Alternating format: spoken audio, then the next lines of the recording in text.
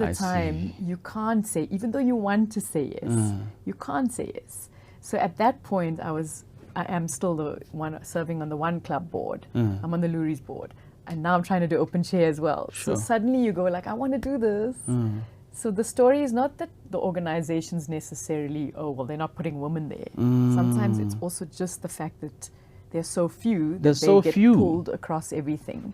So even when we hunt for jury presidents at Luri's and stuff, we'll get women saying, I'd love to, but I can't. Stretched. Jeez, man, you were doing big things, eh? Jeez. What?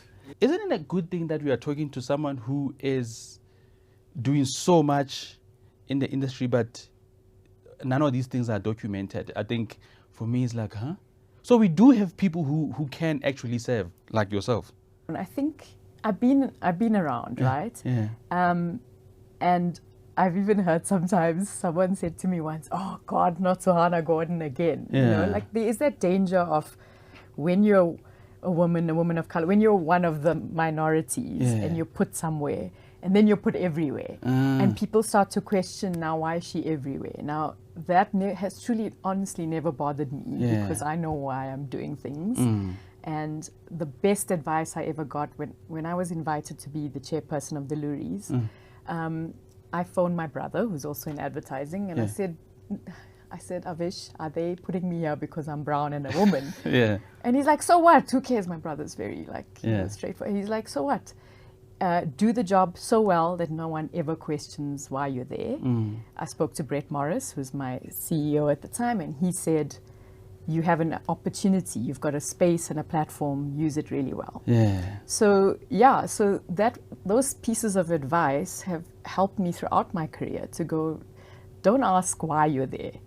Be there, do what you can in that time. I think to inspire the next generation of creatives, people who, because you know how it works. I mean, it works this way in my view. I think people, they see someone at the top and they say, oh yeah, this person looks like me. Yes. You know what I mean? Especially women, young women. Like, oh, okay. Oh, if Suhana can do it, so can I. It's amazing when you receive a message from a young person in the industry, men and women, saying, hi, you don't know me, my name is this, I've been following your career. It means exactly those words. It means a lot for me to see you there. Yes. Those things are the most heartening things for me. It's like it gives you fuel to keep going. I think the industry, I've been around in the industry for just over 20 years now. So there's possibly a younger generation that might not know, but my peers do know me. But what I guess what I'm saying is being known is one thing, being known for the impact and feeling the impact is what matters. You know, I look at someone like I talk about, in every interview I'll mention the person that mentored me and that means a lot to me in the industry, and that's Ahmed Tilly. It's not just that, oh, he's known, because he is well known. I felt the impact of what he has done for me in my career, and same with a lot of people, not just him. So I guess, yes, it's important, like you can know somebody, but when you are able to touch that person somehow, through something, like something you said once in a talk or whatever, that's quite interesting to me. It matters. Jeez. Some of the things are not documented.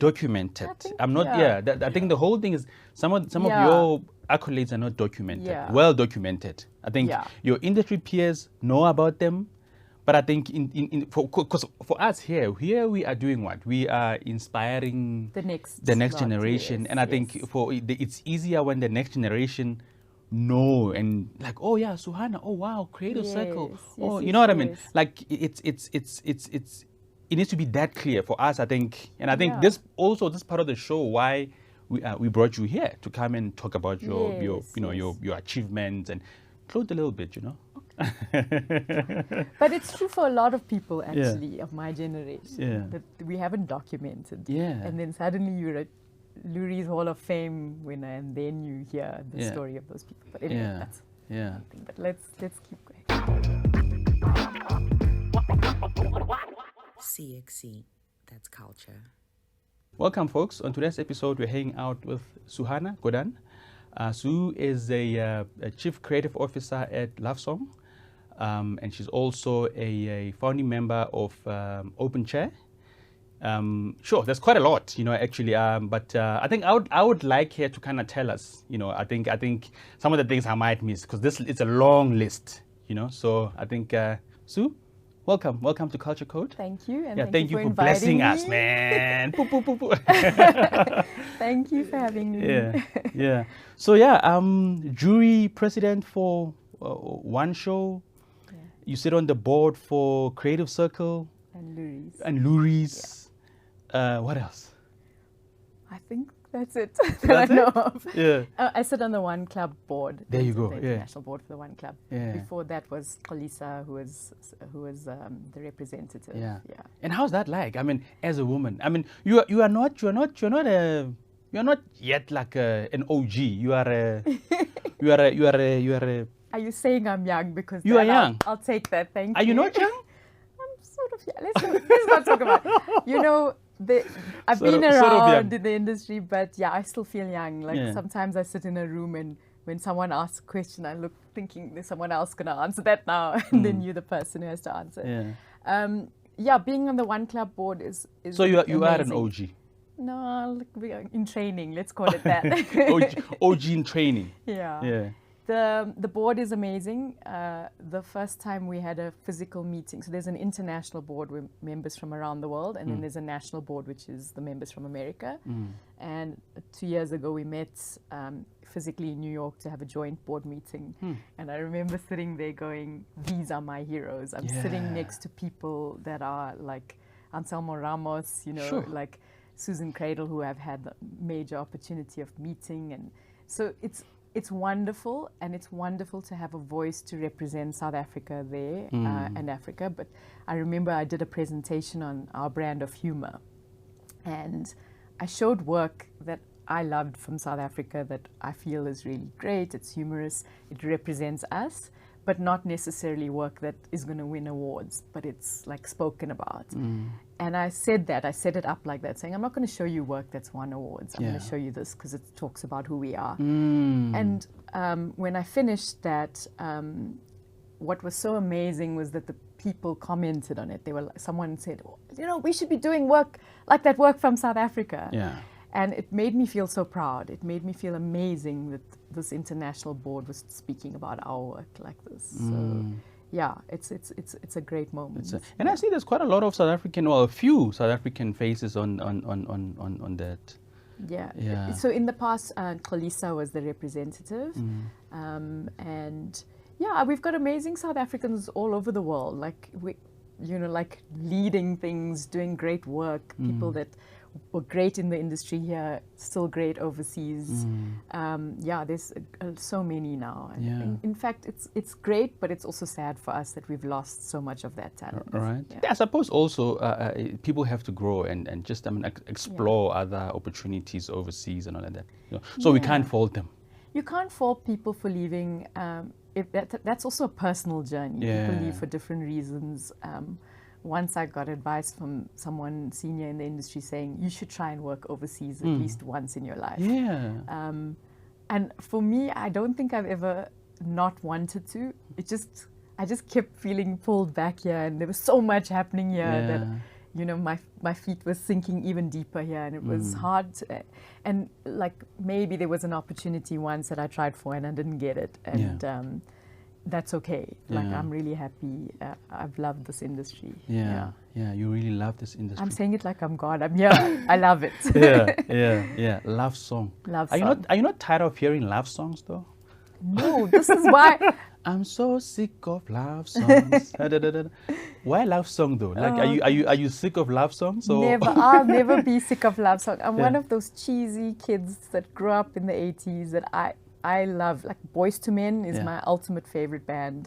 I know I get teased about it all the time. I went to the concert. There were just Balis around me. It was awesome. But love songs are that thing that they stay with you. When I hear End of the Road, I think of the boy I liked in Standard 5. Ooh. I'm not going to say who he is. No, but please say. Please. No, I can't. What's his name? No, he's a lovely boy. I liked him. And when I think of that song, I think of End of School Breakup here. He was playing, the video arcade. And so a love song does that, right? It triggers something, an emotion. Yeah. And great creativity does that too. It makes you, it sits with you, it stirs you. You could be doing something random and you hear the song and it's like, it moves you. So, and great creativity moves people. So that was where Love Song came from.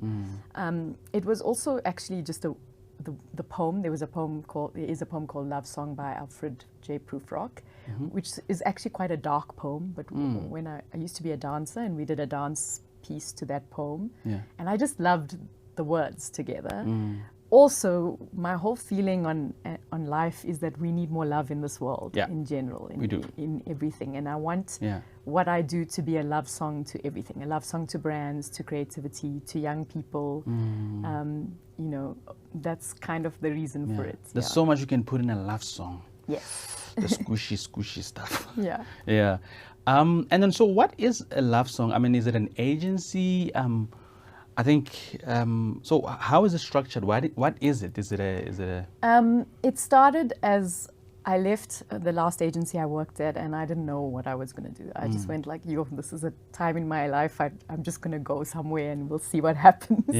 And then I was operating as a freelancer for all that time and figuring out things. You know, when you work for 20 years for people and then suddenly you're out on your own, you're still figuring it out. And by the end, towards the middle and end of last year, I kind of realized that you need a brand. You need to package yourself in a certain way. I didn't want to start an ad agency, not right now. I also know a little bit about what goes into creating an ad agency, and I didn't want that for myself just yet. So right now it's a creative consultancy with me and myself, sitting there talking to me. But what is amazing is I position myself in a way to work with other agencies, other brands, and that's how I operate. Sure.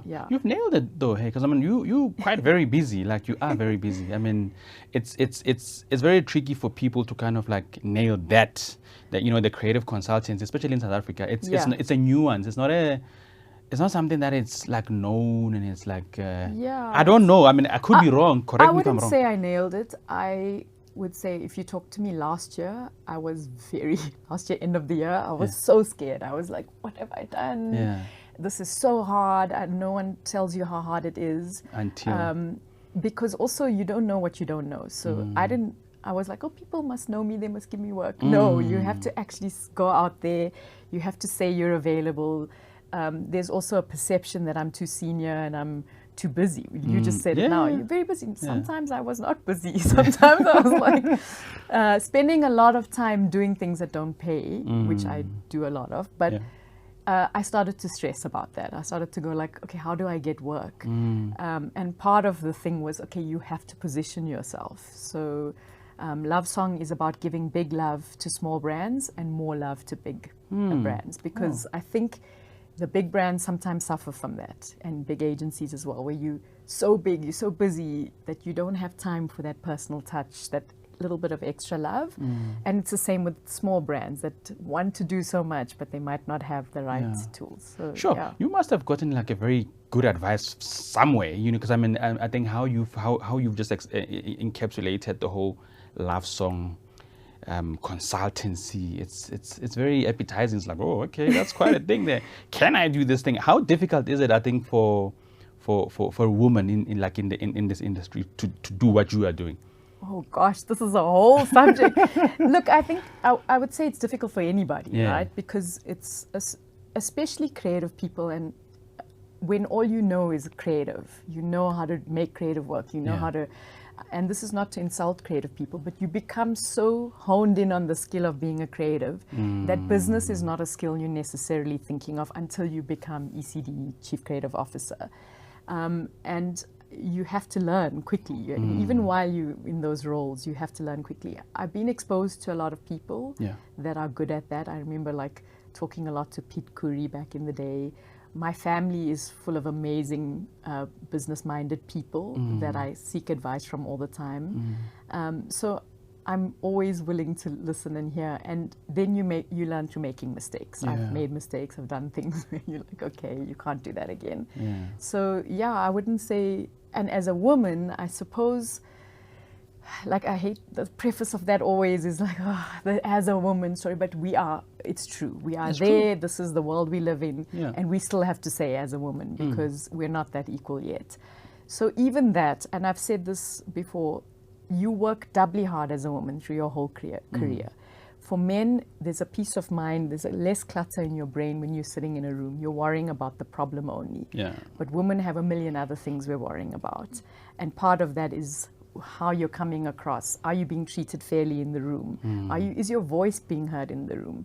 So you're very exhausted most of the time just trying to get your points across, be present, be invited to the business table. So so I think it is harder. It's harder for a lot of us. Yeah. Being a woman in South African advertising industry has been a very topical. It's been very topical. I think. I mean, you've seen a few weeks back, like when the Lourie's list came out, there was a big hoo-ha. And I think, look, I understand. I know that maybe South African the advertising industry, South Africa, it's yes, it was a boys' club, as other people may put it, right? But I think it's no longer like that. Hey, you agree? No? Yes? Yes and no. So I started out in a boys' club. Like, there were so few women and the behavior was really like laughable. Actually, now I can laugh about it. And it was for a long time in my career, you'd be one of, only one in the room. My brother actually has an organization in Australia called Only One in the Room to do with race. But a lot of the time you notice it, and then through my career that room started filling up more. And now if you go to an event like the Lourie's or Ad of the Year, which is happening next week, you look around and you go, this is the industry I want to see. It's much more diverse. It's like, it looks like how it should look. But the problem still exists at that top layer, right at the chief layer, the ECD, the CEO layer, where it's still quite lonely in the room. And you still look around and you're still asking the questions about where are those women. Where are those women, though? So some of them are like me. They're there. Yeah, they're there. Doing great stuff. Or like me, they were there in an agency, but then they left and decided to carve their own paths. Because we didn't want to leave the industry. Their own paths in where? In the industry? In the industry. As in, like, I was tired of certain ways of being treated when you belong to an organization, and I was like, I do not want to spend my energy fighting about the same things I fought through my whole career. I want to make magic and make great creative work. So now you're feeling like an obstacle to me, so I'm going to step out and do it my own way. So there's that. There's people, I think we must not take away from the women that are there. There are a lot of them. But what happens is the ones that are coming up, and there's so many great ones, sometimes they don't get to stay and they don't finish their journey so that they get pulled up to that top role. Or there's people at the top that haven't opened their eyes or their doors to bring more women up and into that layer. These guys, that whatever the gatekeepers, I would call them gatekeepers. These guys are literally on their way out, pretty much, right? No, they're sitting there. Yeah, they're holding down the chair, holding down the seat. And I mean, I had a conversation the other day with a very senior person, a woman of color, MD, trying to bring more people of color into her studio. And I say her studio because the MD, it's also her studio. More people of color, more women. And she's been faced with so much resistance from the people at the top. Wow. So when you hear that, that sounds like, no, can't be. That's not true. It is true. Sure. It's what I've learned about trying to diversify a studio, diversify an organization is it requires work, because you've got to find the right people, and they do exist, but you've got to find them. Sometimes they're not ready, and you have to spend that extra energy grooming those people. So that's hard work. And some people don't want to do the hard work. They just want the studio ready-made. So are we talking, because I'm trying to, and I think maybe help me out here, guys. I think, are we talking middle? So where is the issue? Is the issue at the top? Because that Loerie list ranking, it was more on the top. Yes. Right? Yes. Now, what's happened? What happens now? You are talking about the studio. Because the the studio is where it starts, yes. right? Or like from your intern. Sure. If you bring the right people in and you invest in those people in the right way, they grow. Yeah. And you continue to invest in them when they become senior, when they become creative director. So it's a long-term investment that I'm talking about. Yes. Which is then you create that long path all the way up to chief. So that's the first thing. The second thing is, so if you don't do that well, those people don't get to that top layer. But the other issue of that list, of the CCO list on the rankings, which is not a Luri's problem, it's an industry problem, is that there's legacy issues around that, right? The chiefs have always been white male for a long time. So that's reflected in the scores. So until such time more women are getting promoted into those roles, we're not going to see that. So it's all linked. For me, it's like it starts with who you bring into your studio as a junior. It starts with if you've hired someone as a middleweight or even as a CD. How do you invest in that person so that they don't leave the industry? How do you grow them and give them that space and that faith? Like, I'll use Ahmed Tilly as the greatest example of that. My path in advertising was not easy. It was shit. In the beginning was horrible. I hated it. I cried and went back home to Durban to go back to my dancing career. And because it was disgusting, male, chauvinistic, abusive, right? All those things. Then I stepped into Ahmed Tilly's world, and he was the first person to treat me with respect, with dignity, and to say, I love the way you write. I was like, what? I can do this thing? So self-belief is so important for a creative. So suddenly this person's giving me space. He's investing in me. He's telling me I can do it. He's the first person to promote me to creative director. Now that sets my journey in motion. And he doesn't have to do it all the way. Like he can, then I move to the next place and I meet somebody else who's helping me grow my career. But if you don't have that investment, and this is why no one talks about the investment is the long game. But everyone wants to just go like, okay, we need more women, let's just put women there. And that doesn't always work if they're not built to succeed. Because you can put somebody there you haven't set them up for success, and then they don't cope and then they leave. So you're saying you guys have been set up for failure? I haven't been set up for failure. I've spent I was 10 years a CD before I became an ECD. I got time in that role. I got time to learn everything, and I got put in positions that helped me, and had the right people around me. Not always. I mentioned the start of my career was not like that. So I've been lucky that I've had that. I've had somebody like Neo Mashigo who was instrumental in bringing me onto the Luri's board. So if you don't have those people that are quietly backing you and making way for you and opening doors for you, it's very hard. But now, my thing is that because now you've left, you're still in the industry, but I think you've left agency world. And shouldn't you guys be staying? And look, I'm not negating the fact that there's issues there which kind of like not make it easy for you guys to stay. Right. But I think against all odds, shouldn't you be staying to develop the industry so that, because if you are leaving as a senior person, the middle, the juniors, and they're not going to stay in the industry, they're going to leave, or they're going to feel like, oh yeah, this is a boys club, what I mean? It was very much at the top of my mind leaving the agency that I worked at, going like, that's the part that made me want to stay longer. But also at some point I have to look after my own well-being, because you can't grow other people if you're feeling broken and by the system, right? So my rationale around that is I've always been invested in the industry. I always give back and serve, and I don't have to work at an ad agency to do that. So OpenChair is one of the examples of the biggest reasons why OpenChair exists. But also, I have conversations with people all the time, young people who phone me up and say, hey, can we have a chat? I need to talk about something. I'm happy to do that. It's not the same as growing a young creative who's just come out of school and has an opportunity to work under me or whatever. It's not the same. It's not the same. But I don't know where my love song's going yet, so maybe there's still that. But I remain invested in this industry. I 100%. think, do you guys as women, do you, because there's been talks that you guys are spoiled brats. You guys want to be treated with kid gloves. You guys want special treatment. Bring those people, yeah. Who are these people calling us spoiled? How dare they?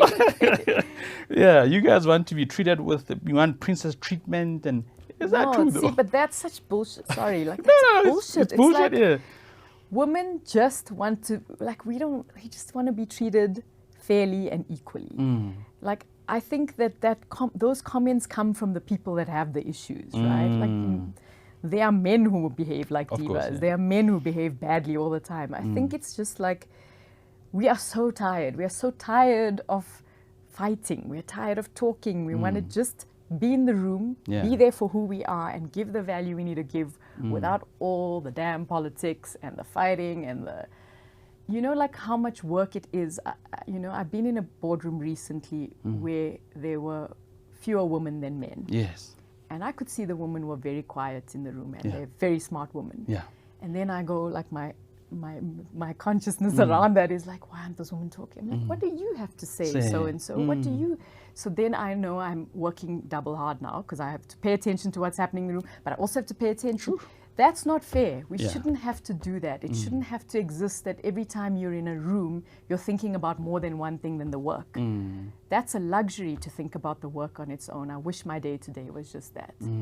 I've been at senior positions, sitting in a call, presenting the work, doing all the talking. And the question comes from a white male asking the next white male sitting next to me, sorry, can you just answer this question? But I'm the one who's done all the work and talking. What the?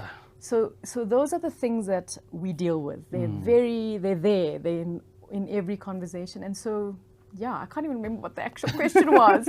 But it's no. You asked, should I be there? Yes, I should be there, and I'm there. But like, I think that you asked about whether we're princesses and divas. Treatment, yeah. I think that's not fair. Like, that would be, it would set us back also.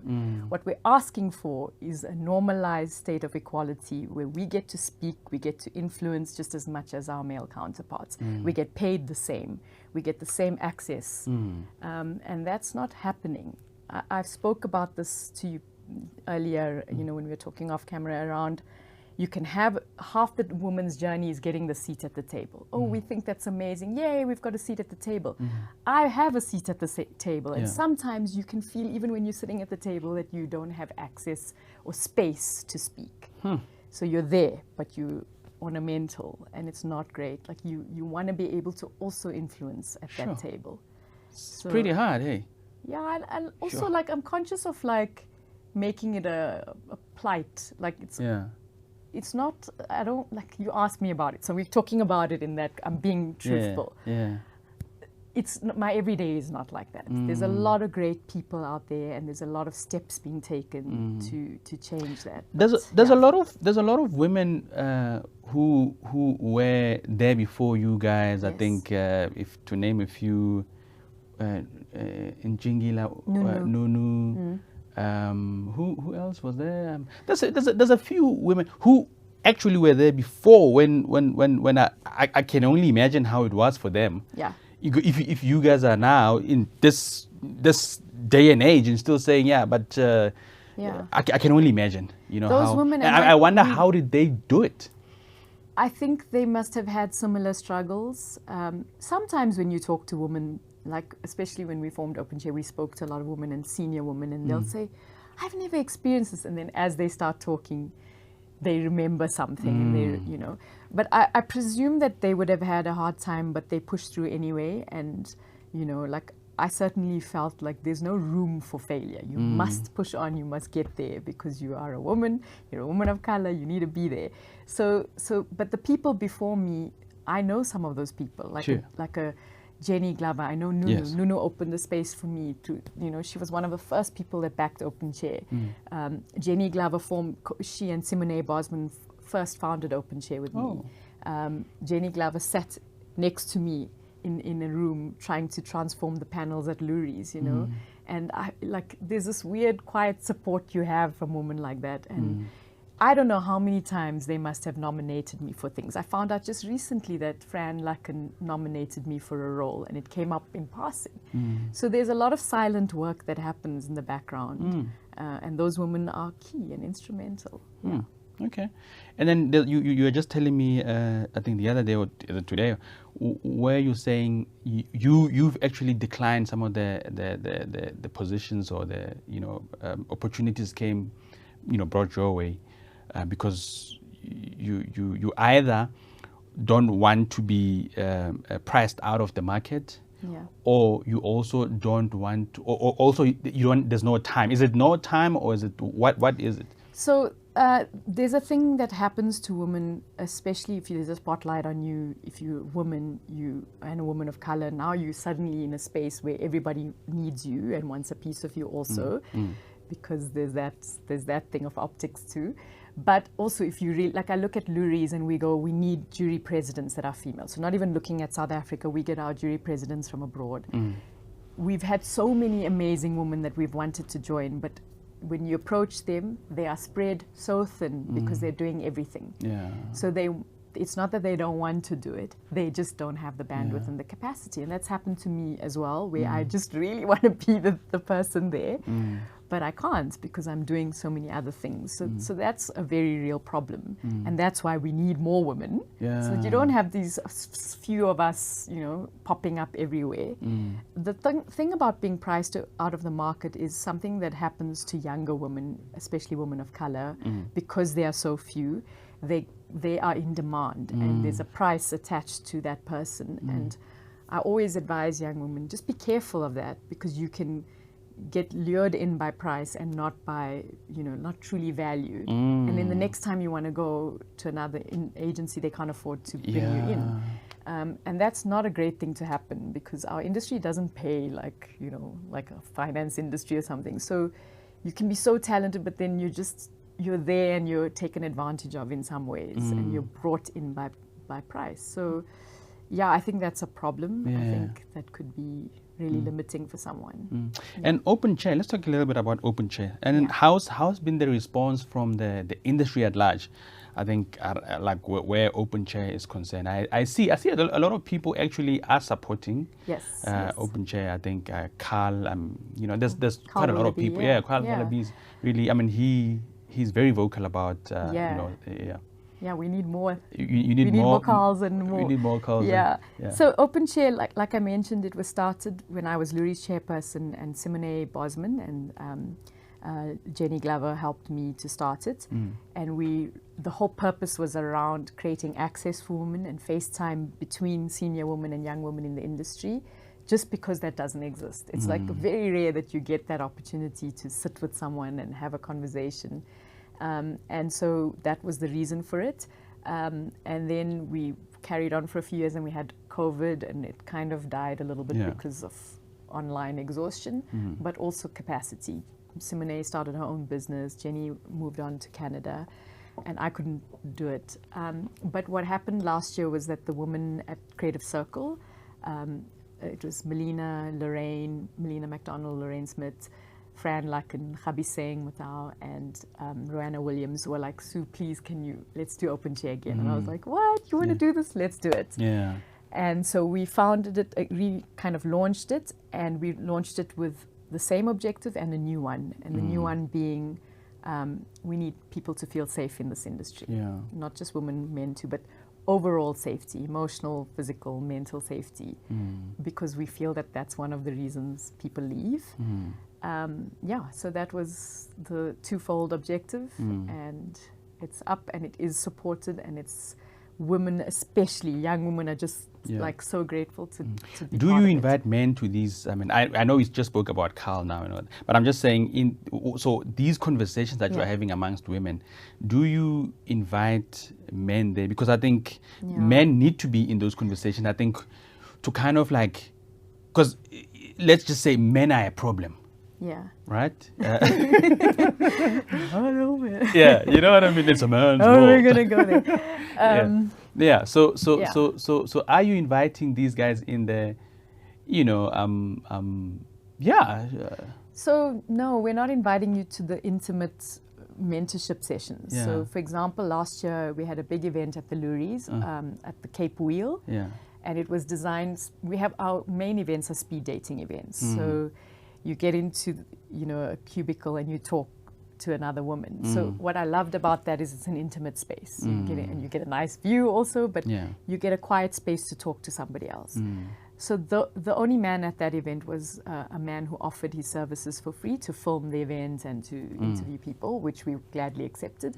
But the reason we don't put men in those rooms is because women want that. They want that ability to have a conversation. And by the way, not all the conversations are around men and women. Okay. It's about career advancement. It's about like, how do I handle a negotiation of increases? What do I do to get on to the bigger job? Like, it's quite lovely that not everything is about men. It's about my career, my goals. Men, I do think have a role to play in supporting Open Chair, in funding Open Chair.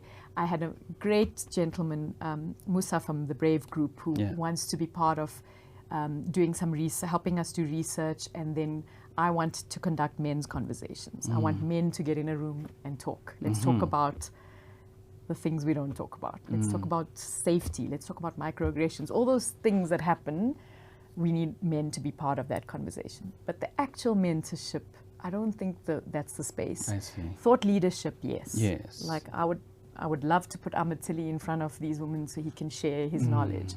And that's what I think is good about Open Share. It's not one format. There's different formats in which we can run it. Yeah. And where's the boy child in there? Because I hear a lot of women, girl child, or womenhood. That's up to the men in this industry. Are you? I'm not disputing that young men in this industry don't need mentorship. They do. But that someone else can take that job. We've got our very specific job cut out for us. And until such time, the Luri's rankings list come out and the CCOs are women too, then we don't have to do this anymore. Yeah. But we are now in 2025 and we still have to do this. So please also tell those women to stay. Can they not leave? We need them in the industry. We're going to stay, but to just ask women to stay in rooms that they are not comfortable in is difficult, right? So until such time the entire industry is conscious, is aware, is acting with great intent, and creating that inclusive environment, it's not going to, why would I stay if I'm, if I can get treated better somewhere else? So I think... So you do want princess treatment. I'm kidding. Is he wanting to fight with me now? I thought we're friends.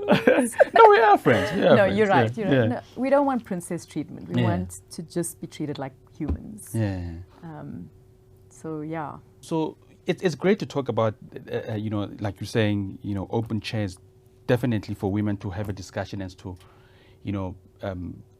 having their own discussion. And I'm getting lost with this question, but yeah, I'm getting lost with this question. But I think let me phrase it this way. So you guys at Open Chair, you guys have these discussions that doesn't include men around the industry about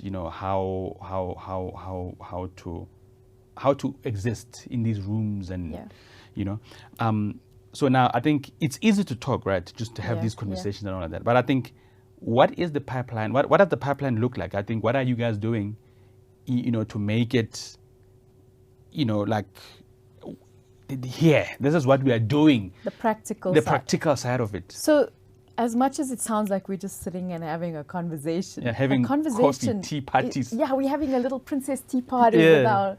No, I think the conversation is crucial. When I stood at that event with the Open Chair women and we looked out at that audience of women that attended, it was so beautiful to see that many women gathered together. The feedback we got was, this is amazing. We need more of this. We had people gate crashing that event. Wow. That tells you that there's a need. For, I need to talk to somebody. We always need this throughout our careers. I just told you now, I lean on people in my family. I talk about things I don't know. That single conversation, you can have one conversation that changes your life. It's a piece of information you are missing in your arsenal, right? So that is the first bare minimum, is just create that connection and access. The second part is very much to do with leaders and people who are already in those positions to create now a conscious path for those people that you see are going to grow. And those people. You can see immediately as you grow a studio, you start to know who those people are. Now you got to do your job of investing in those people so that they feel like they're learning and growing throughout. and that they have a considered path. Instead of you just thrown out there to sink or swim. And this is true for men and women. It's not just for women. That's the second thing. The third thing is consciousness around hiring, consciousness around promoting, and to be able to go that there are, someone asked me earlier, are there not a great woman? There's great women everywhere. There's great men everywhere. This industry is full of excellence, right? But we're not necessarily hiring those people or promoting them. And sometimes in a country like ours, those people are, because they entered later in whatever it is, they aren't ready yet. So you may be like 70% ready. Do you think I was ready to be a creative director when Ahmed promoted me? Probably not, right? But I think what you hire for is potential. You hire for someone who's, you can see is going to grow and learn. They just need that space. So that's the next thing, is intent around that, and constant like looking after that person in a good way, like you know, opening up spaces. Like I told you, Neo and Khulisa have done that for me. They've gone, who should be there next? Or what about Suhana? What else is there? It's like, then you're there in the room. Here, let them speak. Let them be involved in active decisions, and stop belittling women. Let's flip it to client side. CMOs and you know, marketing directors and all of that. And some of these guys are women of color. You know, and they've been for a longer period of time. And I think these are the women who also appoint agencies. You know, who also, they have a say in what agency come on board to service their brand, right? And it's, for me, it's quite, I mean, I've always asked myself as to whether, do they not, what are they saying? I mean, I know, and I know you may not be able to answer this question because this is not, you are not a CMO. So, but I'm just saying, I think your insight to that, what do you think, what do you think causes that whole thing where we have CMOs, black CMOs, but they are not black-owned advertising agencies, which are also women-led, are not getting opportunities? Because there is that, right? There is that. There is that, definitely. And I mean, I think, like, for me, I don't think there's a difference. I think this is an industry conversation, right? Because even sometimes you're still in rooms where the CMOs are not women, are not black. Sometimes you're in a room where they're all white and male, and I've been in those rooms. So for me, that's still, again, it's the industry. But the same applies. The same applies around, you should be uncomfortable if you are inviting people to a pitch and there's not enough diversity in that room. It should be something that doesn't sit well with you, and it should influence how you choose your agencies. So yeah, I mean, I'm saying it in such a simple way, like it's easy, but that should be the same consideration and the same effort, because those people are actually really important. They're making the decisions on work that's put out there in the world, and work that represents who we are as a people. So if you don't have the right creatives in the room or the right leaders, then you're not going to get that work. So it actually, diversity is so important. It's like crucial. Because in my case, I think just to put it bluntly, I think sometimes there is a notion that women don't want to put each other on. There could be that. Look, I have this, like, I don't know if it's even a valid theory, but I'll say it, right? Because I grew up in apartheid, because some of us came out of that thing of lack. It's a big thing that messes with your head from the time you're little, where you have a lack mentality. It's such a horrible thing to experience in your life. Then suddenly, and I'm not saying this about me, I'm just saying that this is what I think might happen. Now suddenly you've given opportunity, you're given a chair and you're in a room. And now you're scared because you're like, I got this now, I don't want to give this to anyone else. I finally have this. And so sometimes those people become the gatekeepers. And again, I'm mentioning Brett Morris. You see, these are great men that influence us, right? Brett Morris once said the most amazing thing. He said, there's a feeling that the pie is getting smaller, and if I open it up, I'm taking away the pieces of the pie. All you have to do is make the pie bigger. And when you make the pie bigger, more people can come on board. So that lack mentality and fear is what makes those people hold the reins so closely. And competing amongst each other. There's enough for all of you guys. Yeah, for sure.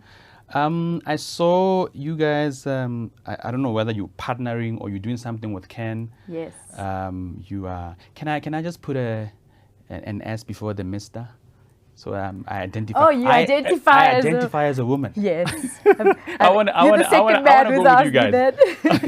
Yeah, look, I think that was an incredible thing that happened last year. We saw this thing that Can put out a program called Equity, Representation and Accessibility, and any organization that sort of supports that or fights for that can apply. So we applied and we got all these passes. It's just the pass though, so we need the industry now to go, I'm going to support this candidate who's selected with flights and accommodation. So the pass is for people who haven't, for women and for people who haven't been to Cannes before, especially. I haven't been. I wish I could take you. You can do this podcast there. It would be amazing. You know what I mean? It would be so nice. So amazing. Jeez, man. Sponsors, please get Tebogo to Cannes. Please, guys, Yeah.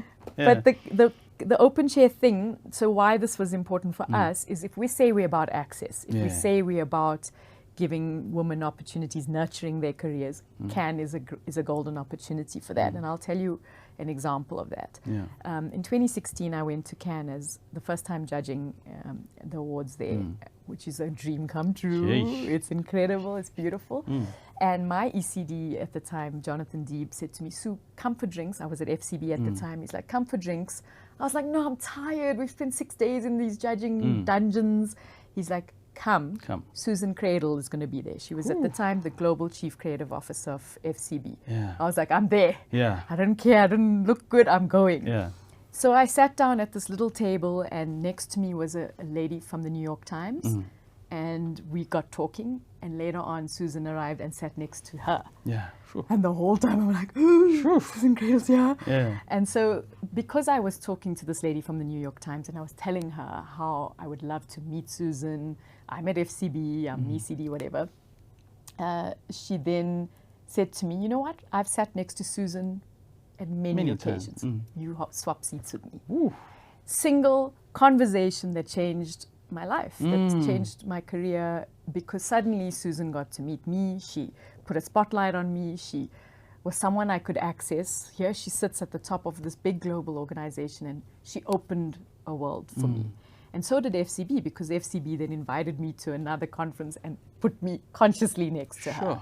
So when we talk about, oh, it's a ticket to Cannes, yes, it's there to learn everything, but you might sit next to somebody, that one person that can change your trajectory, that can teach you something, whatever it is. So that's why that is important, and that's not to say that can't happen at Lurie's or wherever. Well, but Cannes is a global stage. It's a different ball game altogether. And it's a university of advertising, right? So that's why that's important. And a young person might have to wait for a long time to go to Cannes. So this is what this is about. Interestingly, I mean, I think let's talk a little bit about the quality of the creativity, the quality of the work, and having you judged, categories that can you've judged locally as well, and take us through the whole the creativity within the parameters of South Africa compared to the global. I mean, I think we've always had a seat at the global table. South African creativity shows up in a big way all over the world. And our people show up, like we mentioned. But we are going through a time, like last year at Cannes, we didn't do so well. We are going through a dearth of like weird, like where's the great creative? It's feeling very sanitized. It's feeling like it's lost its edge. And I think it's not just a South Africa problem. I think there's an industry problem happening with creativity. And I think I'm going to say this. I think there's a democratization of creativity. I used to say creativity belongs to everyone. But creatives in advertising, let's just speak specifically advertising, they choose it as a career path. They choose creativity as a daily thing that they get paid for.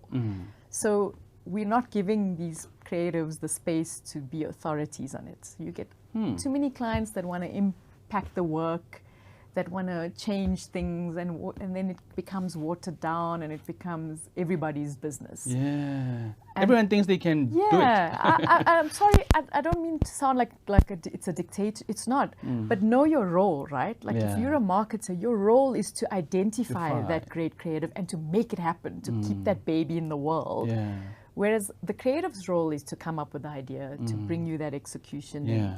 So I feel like something's happening where there's this unhealthy imbalance of like it belongs to everyone now. Yeah. And creative by gigantic committees is just not going to work. You are a copy, right? I'm a copy. Yeah, you're a copy. So are you, right? Yeah. It's a copyright. It's a copy world. There's been talks around the fact that copy is going to disappear because of. Have you seen how people now are writing their LinkedIn posts with ChatGPT, baby? And you like this big words and all of that. And you're like, dude, you're not even a writer. What the hell? You know? Yeah.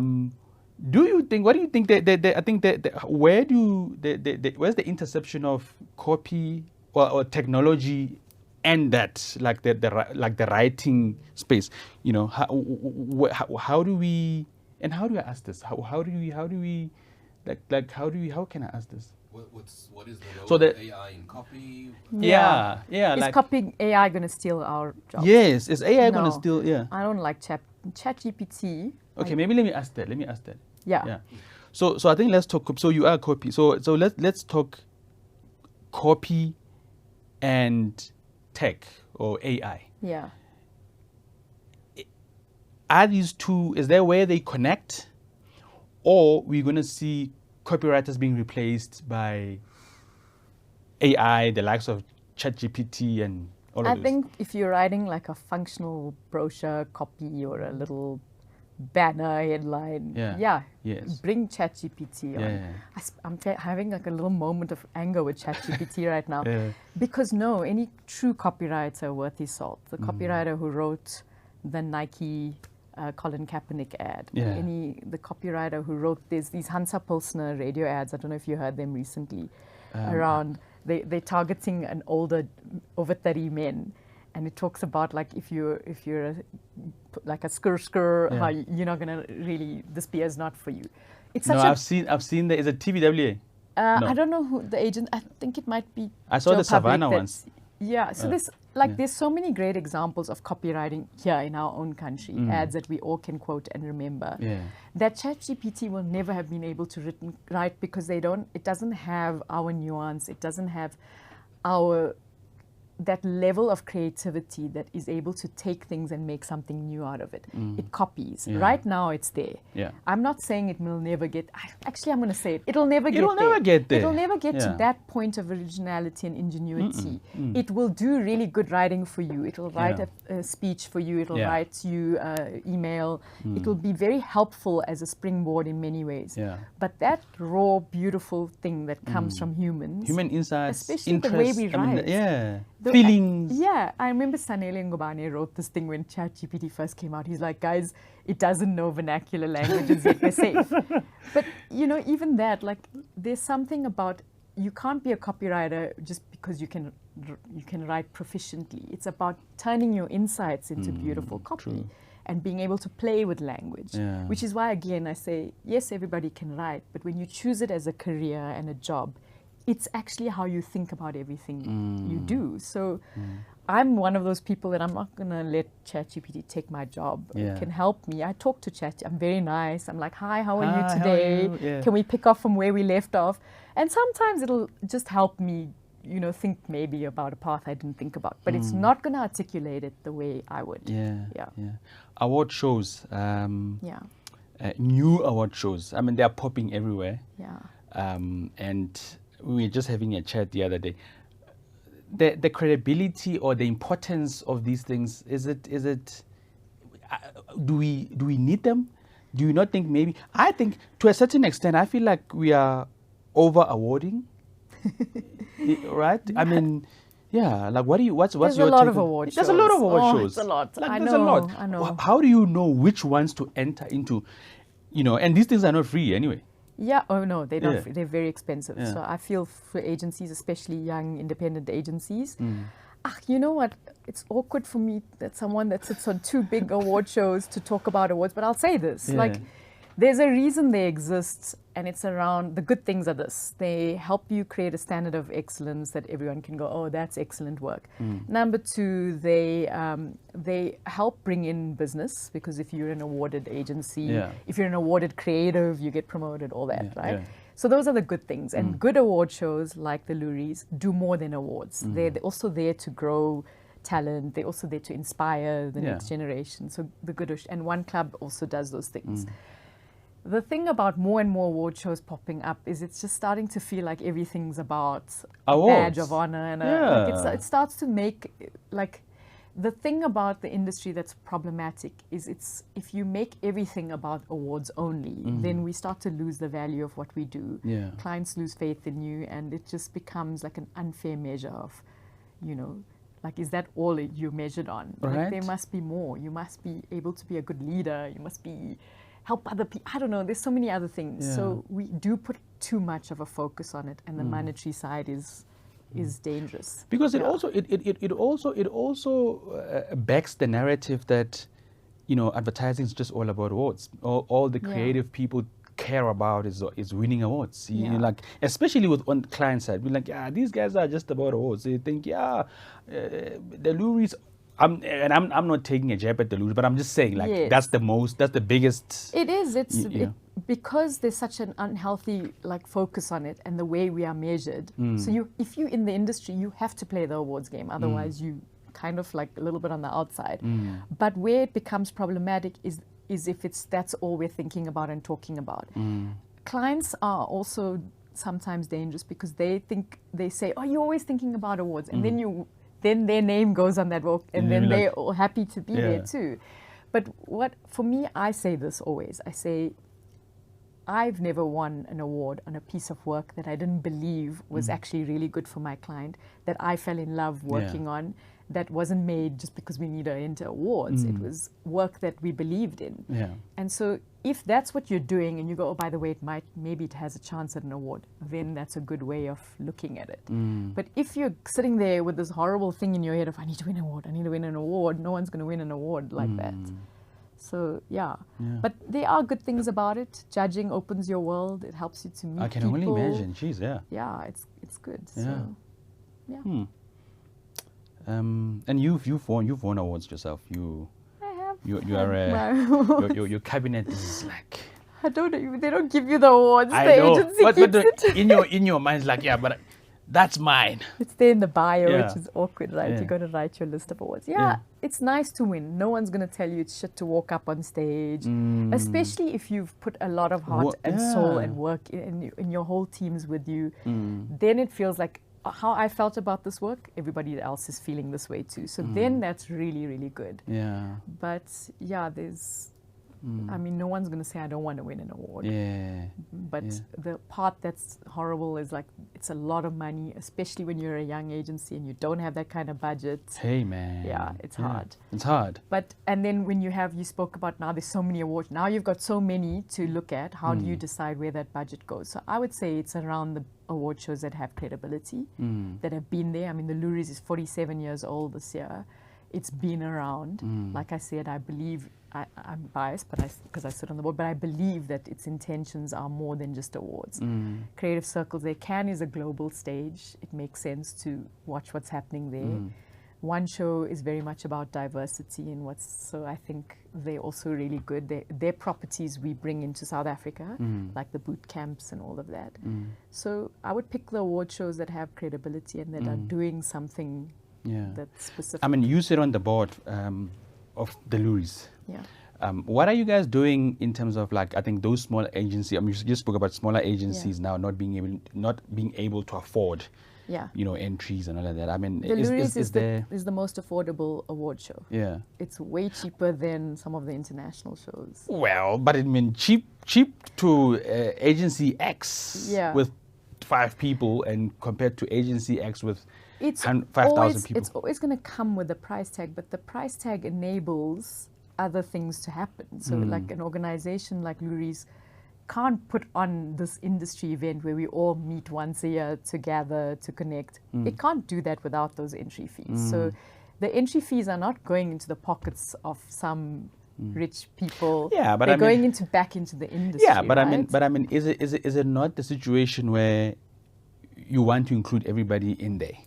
I suppose you can do that, right? Yeah. You can look. I mean, I'm not going to speak. Bringing new players in there. You can, and that's some of these guys they win awards because they got the budget. They got a big hectic budget. They're able to pretty much everything. Yeah. But I don't think it's the job of the Luries to necessarily go like, now we're going to lower. We've already the most affordable award show, right? So you also have to put a value to that, and to be able to go like, this is something you want to enter. It's prestige.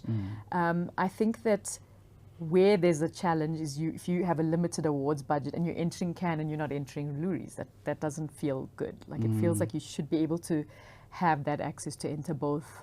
And yes, the global guys are going to have more money.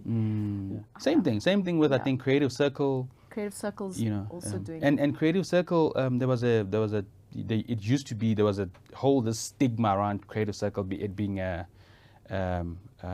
white community, just white only suburb. Is this still the thing?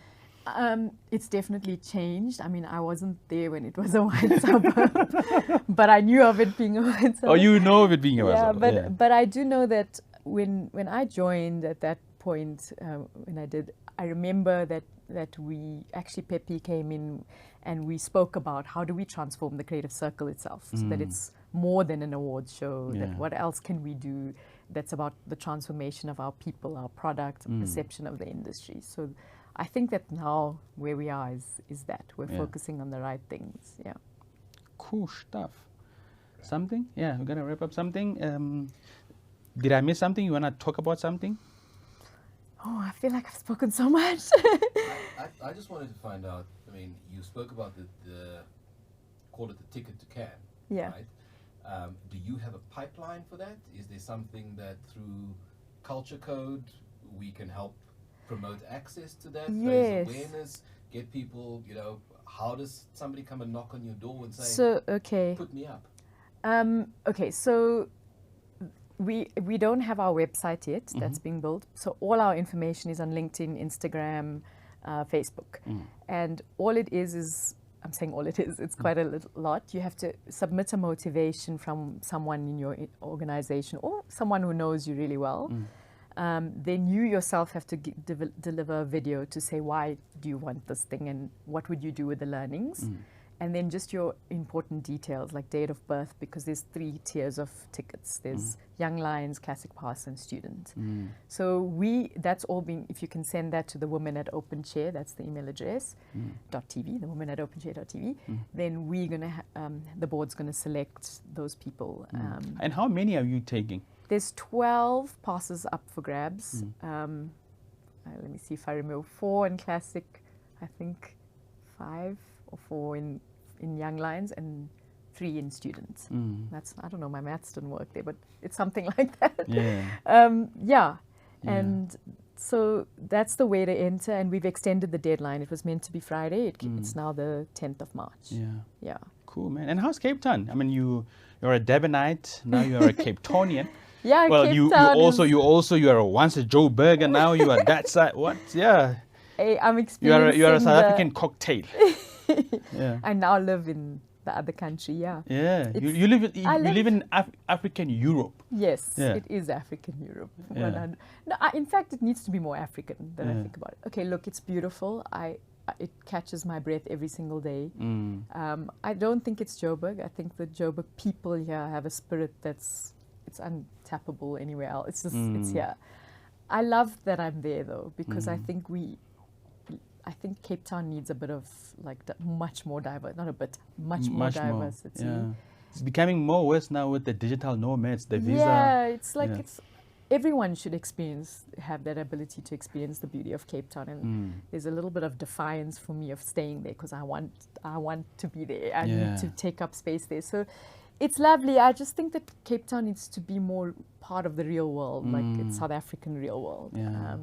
Yeah, I love Cape Town. It's man. beautiful. It's beautiful. And I think as creatives, we need nature. And so that's what I like about being is I'm in nature a lot. And it's a calming of your nervous system when you're there. You know what you should have, I forgot, it's my bad. You know how you always write your love song on a serviette. On a serviette. Yes. I love that. Hey. Thank you. Flip, man. Please write us a message. I will. Please write us a message. You know what? I thought about it and I totally forgot. But please. I'm gonna do it. Write us a love letter. I will. On a serviette. Gladly. You've seen it, hey? It's a beautiful thing. Please write us a love letter. Yeah. It was the idea of Emma, Emma Stradum, who's the designer that designed my CI. Yeah. She's like, hey, why don't you write things on serviettes? I was like, that's so awesome. Yeah. Please write us that so that we can include in this episode. Okay, I will. Yeah. Sure. So just so that people can know what we're talking about, because some people might not know. Yeah. Awesome. Jeez, man. Thank you very much, Suhana. Thank you. I enjoyed this chat. Well, I always say that about everybody, but look, I think we've never really had. We don't have a lot of women coming to the show. It's a boys' club. I can give you a list. I can give you a list. Yeah, please. Of a lot of women that I think should be on this podcast if they want to be. Yeah. There's a lot of great women in this. There's a lot of great women. Amazing, well, and across the board, not just in senior roles. No, I'll give you that list. Please, I don't know. Maybe they don't like me much. Guys, please come. He's great. Talk to him. Yeah, I'm chill, man. We'll just take that comment of princesses out, even though he didn't say it.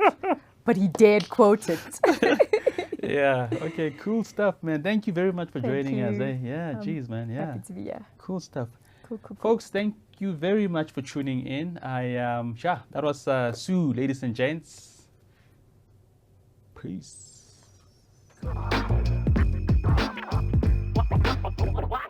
CXC, that's culture.